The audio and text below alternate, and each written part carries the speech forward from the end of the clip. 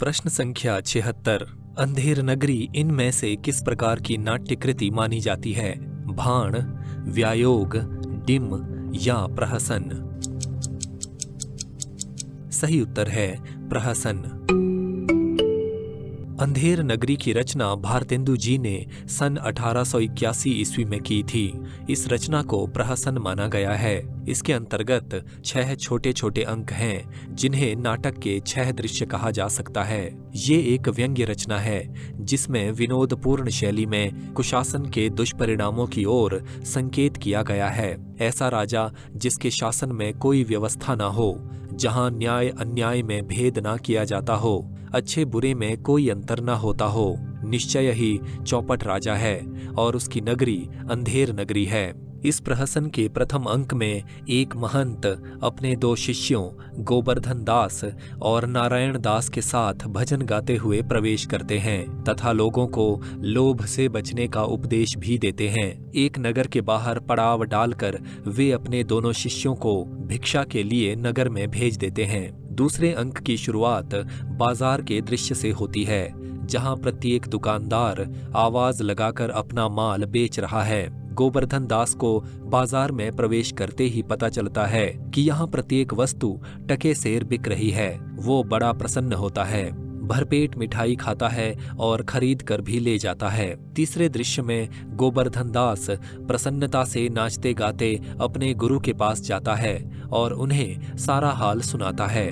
गुरुजी कहते हैं कि हमें ऐसी अंधेर नगरी में नहीं रहना चाहिए, जहाँ टकासेर भाजी और टकासेर खाजा बिकता हो। गुरुजी अपने शिष्य नारायण दास के साथ चले जाते हैं, किंतु गोवर्धन दास लालच में आकर वहीं रुक जाता है।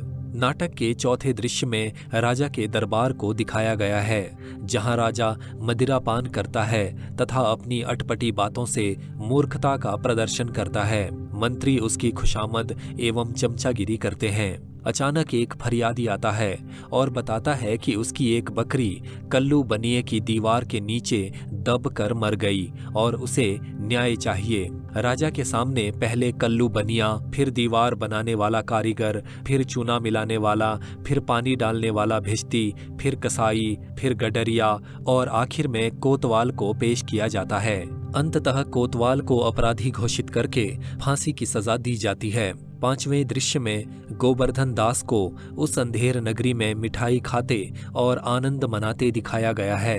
वो सोचता है कि मेरे गुरुजी व्यर्थ में ही मुझे यहाँ रहने से रोक रहे थे, ये तो बहुत अच्छी नगरी है। तभी अचानक राजा के सैनिक आकर उसे पकड़ ले जाते हैं। उसे बताया जाता है कि एक फरियादी की बकरी के मर जाने पर कोतवाल को फांसी दी जानी थी, लेकिन उसकी गर्दन बहुत पतली है और फंदा बहुत मोटा है, इसलिए उसकी जगह पर किसी मोटे ताजे आदमी को फांसी दी जाएगी और तुम एकदम उपयुक्त व्यक्ति हो।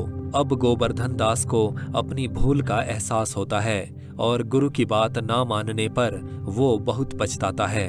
छठा और अंतिम दृश्य शमशान का है। इस दृश्य में दिखाया गया है कि जब गोवर्धन दास को फांसी पर चढ़ाया जाने वाला था, तभी अचानक वहां गुरुजी आ गए और उन्होंने अंतिम उपदेश देने के बहाने गोवर्धन दास के कान में इस विपत्ति से मुक्ति का उपाय कहा।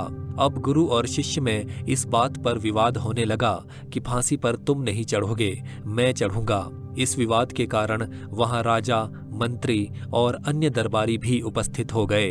राजा के पूछने पर गुरुजी बताते हैं कि इस समय ऐसा सुयोग बन रहा है कि जो फांसी पर चढ़ेगा वो सीधा स्वर्ग जाएगा, इसलिए हम लोग फांसी पर चढ़ने के लिए उतावले हैं। मूर्ख राजा ये सुनकर स्वयं फांसी पर चढ़ जाता है। नाटक की समाप्ति गुरुजी के इस वाक्य से होती है कि जहां धर्म, बुद्धि और नियम कानून पर आधारित समाज ना हो, वहां नहीं रहना चाहिए, क्योंकि उस अंधेर नगरी में निवास करने वालों का उसी तरह नाश होता है जैसा चौपट राजा का हुआ।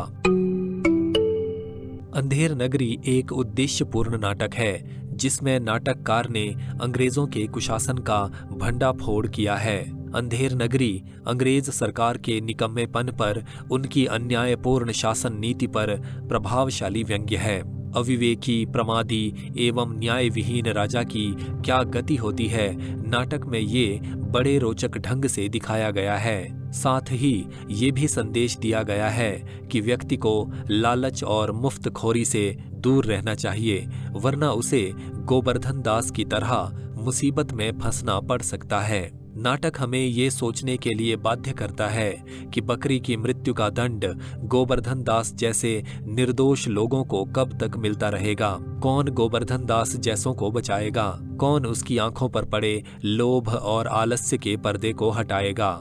ऐसे में समाज को विवेकशील गुरु की आवश्यकता है, जो संभवतः साहित्यकार ही हो सकता है। डॉक्टर गिरीश रस्तोगी के अनुसार निश्चय ही अंधेर नगरी एक प्रहसन होते हुए भी अपने कथ्य में आधुनिक, निरंतर नवीन और शैली शिल्प में मौलिकता लिए हुए परंपरा और प्रयोग का उदाहरण है।